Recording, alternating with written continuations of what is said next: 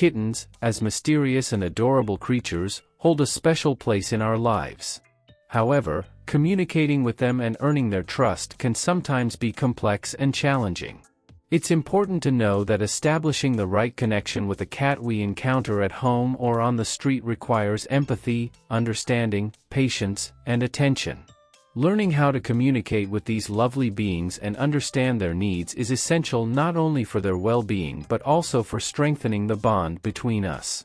Let's explore the nuances of communicating with cats together.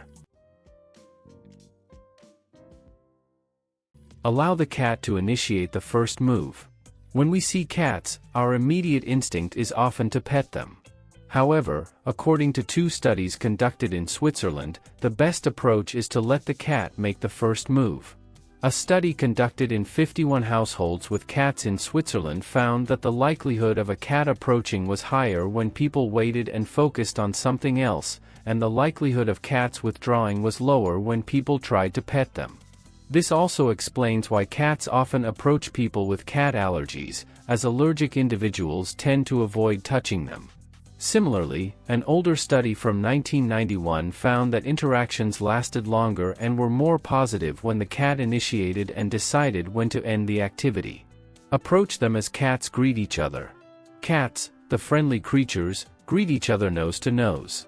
Mimicking this natural form of greeting can help you communicate better with your cat and strengthen the bond between you. A calm and gentle approach instills confidence in your cats. Approach them slowly and reluctantly to ensure they feel comfortable. Speak softly to reassure them and avoid sudden movements. You can mimic this behavior by gently bringing your finger to your cat's nose level. Don't stand upright, just lean forward slightly and extend your hand to your cat's front. When your cat approaches you and sniffs your finger, it means it's greeting you and wants to communicate with you. Pet their preferred areas. Cats are very sensitive to touch, and they particularly enjoy being petted in certain areas. A small study conducted in 2002 found that cats responded more positively to being petted on their forehead and cheeks, showing behaviors such as purring, blinking, and kneading with their paws.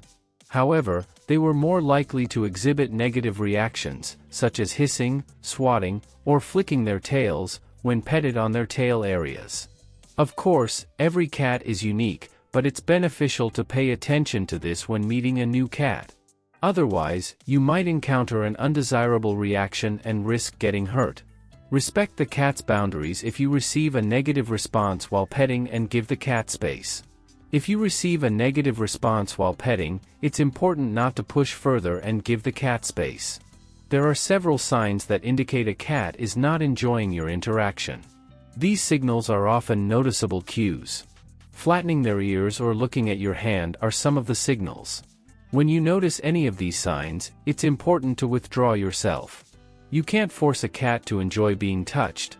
Only when they realize you respect their boundaries will they trust you and may come back for more attention.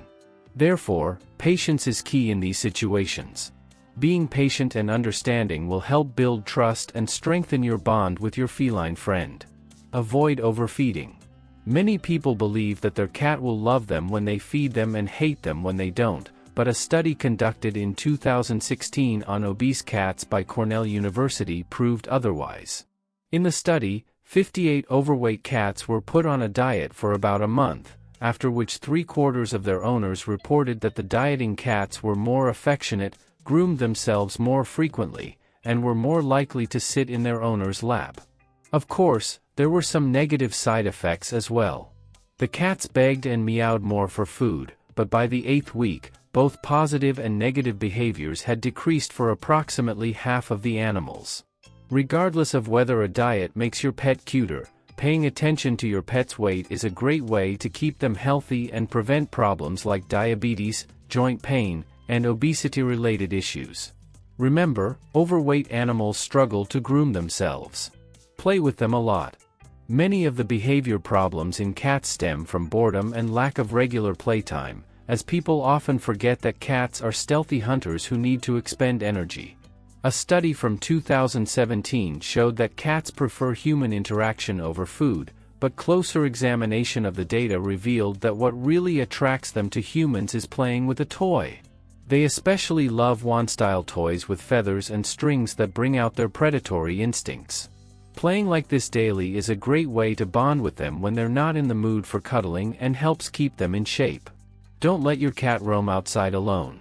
A study conducted in Italy in 2013 revealed that indoor cats tend to be more compatible with their owners compared to cats that have free access to the outdoors. Indoor cats are typically more active during the day like their owners, and less active during the night. While many people believe that cats are active at night, they are actually more active during dawn and dusk. Additionally, keeping your cat indoors can be a better option for their safety and health. Socialize your kitten when they're young. Several studies have shown that positive interactions with humans for just a few minutes a day can make kittens more friendly and trusting towards humans. The ideal age for socializing kittens is between 2 and 9 weeks. A study from 2008 found that shelter cats that received extra attention, affection, and play were more affectionate towards their owners and less fearful than other shelter kittens adopted from the same shelter. You can help socialize kittens by playing with them. Consider the personality of both yourself and the cat when adopting. If you want to adopt an older animal, you should take some time to get to know them first because adult cat adopters report that personality plays a big role in deciding to bring a cat permanently into their home and affects their satisfaction with their new friends. Not all cats socialize well when they are young, so a cat may have their own rules about what kinds of interactions they are okay with. Many people make incorrect assumptions about a cat's personality based on their fur color and choose to adopt based on that, unfortunately. For example, in a study, people tended to believe that orange cats would be the friendliest, and white cats would be the most distant. It's not just about the cat's personality, but yours too. A study from 2014 suggested that cat people tend to be more introverted and anxious compared to dog people. However, if you're extroverted and active, a more playful cat might be better for you. Observe your cat's behavior closely.